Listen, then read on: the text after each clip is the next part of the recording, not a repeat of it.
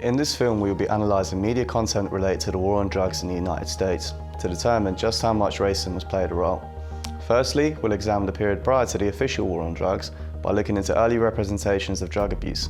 This period saw for the first time the Federal Bureau of Narcotics influencing drug abuse content in the media. Not only news reporting, but Hollywood also became involved. I know what you want. You want to kill me! The 1936 film Reefer Madness, also released in this period, provides valuable insights into narratives of drug abuse at the time.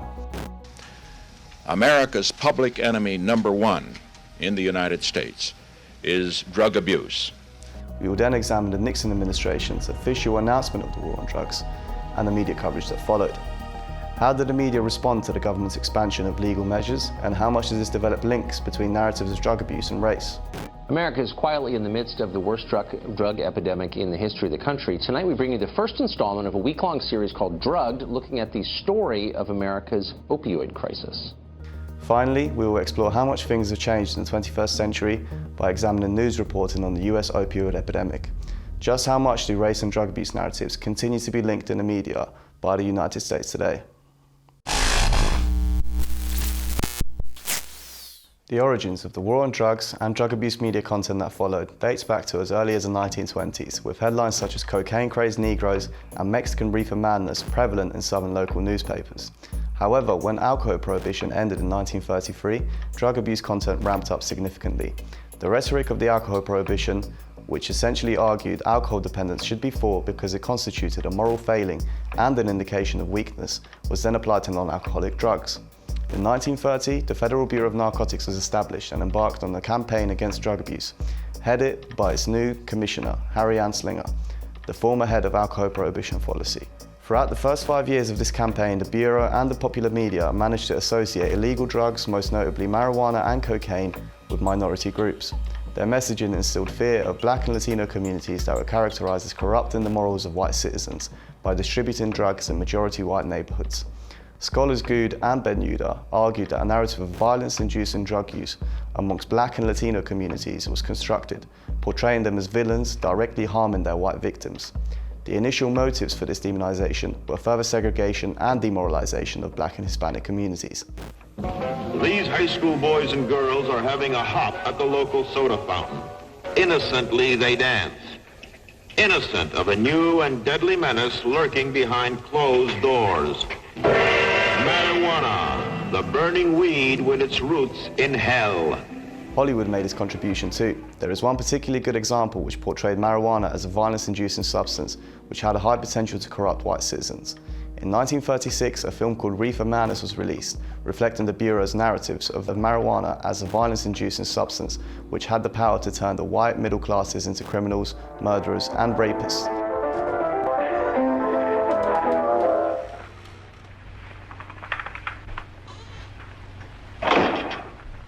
I know what you want. You want to kill me!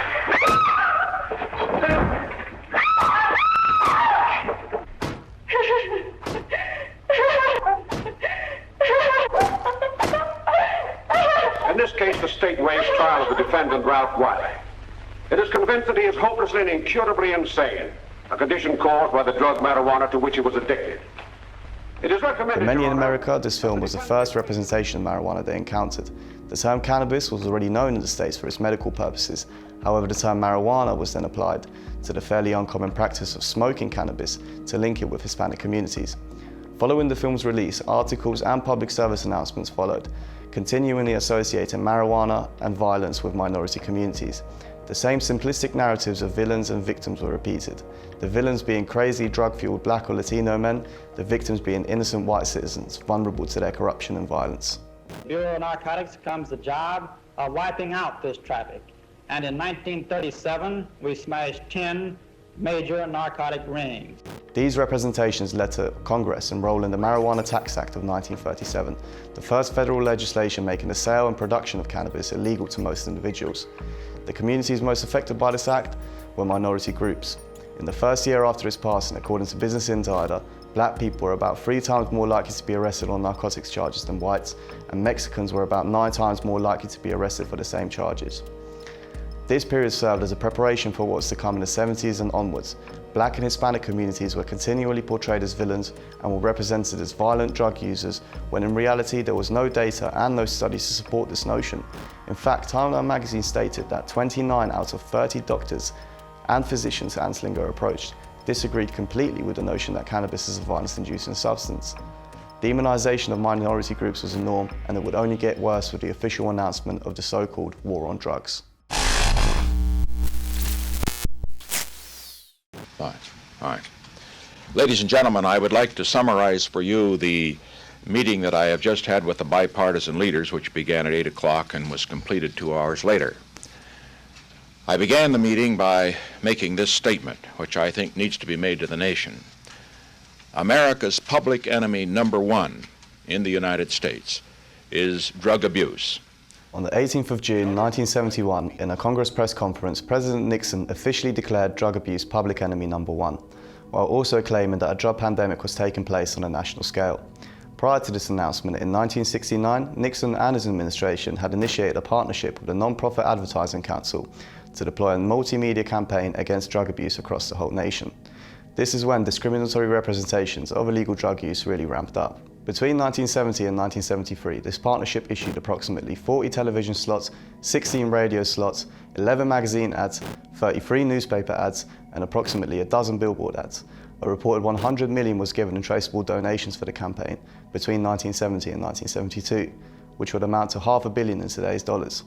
Most of these advertisements, publications, and films were filmed to the brim with racist depictions of minority communities, once again vilifying and solidifying discriminatory stereotypes. While the campaign was beginning early 1970, the Nixon administration passed the Comprehensive Drug Abuse Control Act, which officially made a range of substances such as cocaine, heroin, and marijuana illegal, and made sentencing for possession and distribution of these drugs extremely harsh. Once again, those who were disproportionately affected by this legislation were minority communities. White communities were left mostly untouched by the law. Throughout the 1970s, after the act was passed, black people were twice as likely to be arrested for drug offences than white people. Drugs are menacing our society. They're threatening our values and undercutting our institutions. They're killing our children. From the beginning of our administration, we've taken strong steps to do something about this horror. When Ronald Reagan came into office in 1981, he once again put a national focus on the war on drugs in a nationally televised broadcast where he promised to crack down on drug abuse. The catalytic point for this period was a cocaine overdose of black basketball star Len Bias. Good afternoon, I'm Bob Dolvin. I'm Andrea Rowan. A local success story took a tragic turn this morning. Len Bias, the Maryland University basketball star on his way to becoming a world champion Boston Celtic, died of an apparent heart attack today at Leland Memorial Hospital in Prince George's County. Mainstream media framed the story as a racial one, claiming that Bias was smoking a new drug called crack. This wasn't the new drug, however, it was just cocaine in smokable form. And Bias hadn't smoked any crack that night, he had accidentally ingested 7 grams of powder cocaine in a drink. Nonetheless, media institutions embarked on yet another spree of demonization, in keeping with narratives constructed by the US government. News items such as the 1986 Newsweek expose, Kids and Cocaine, An Epidemic Strikes Middle America, featured marijuana to crack gateway tragedies of white suburban youth instigated by black and Hispanic drug gangs. Crack USA, a 1989 HBO documentary about Palm Beach County, Florida, portrayed a once utopian suburb infiltrated by the crime and violence of the big cities, and juxtaposed a black male street dealer boasting of money in the drug game with 2 white 15-year-olds with a cocaine addiction from the safety of a private treatment facility. What's clear here is that the narrative portrayed by mainstream media producers in this period relied on the criminalization of blackness and the decriminalization of whiteness. Today, it gives me great pleasure to sign legislation that reflects the total commitment of the American people and their government to fight the evil of drugs. And now, Paula, if you and your colleagues will join Nancy and me, we'll get on with the signing of that bill, making it the law of the land. In 1986, at the beginning of this onslaught of drug abuse propaganda, Congress passed the Anti-Drug Abuse Act, creating mandatory minimum sentences for drug trafficking crimes, including the 100-to-1 crack to powder cocaine disparity, as crack cocaine and powder cocaine were virtually the same substance with a slightly different chemical makeup. 5 grams of crack and 500 grams of powder cocaine then triggered a 5-year mandatory minimum sentence. This hit black communities the hardest, as crack cocaine was much more prevalent in low-income black neighborhoods than cocaine. After the Anti-Drug Abuse Act was passed, national anti-drug efforts were ramped up extensively. According to the Human Rights Watch, by 1988, black people were 5 times more likely to be arrested for drug charges than whites, and they also made up 37% of all nationwide related drug arrests. In fact, the Substance Abuse and Mental Health Services Administration concluded that between 1991 and 1993, there were 5 times more white cocaine users than there were black users. This clearly shows a disproportionate arrest rate amongst black communities.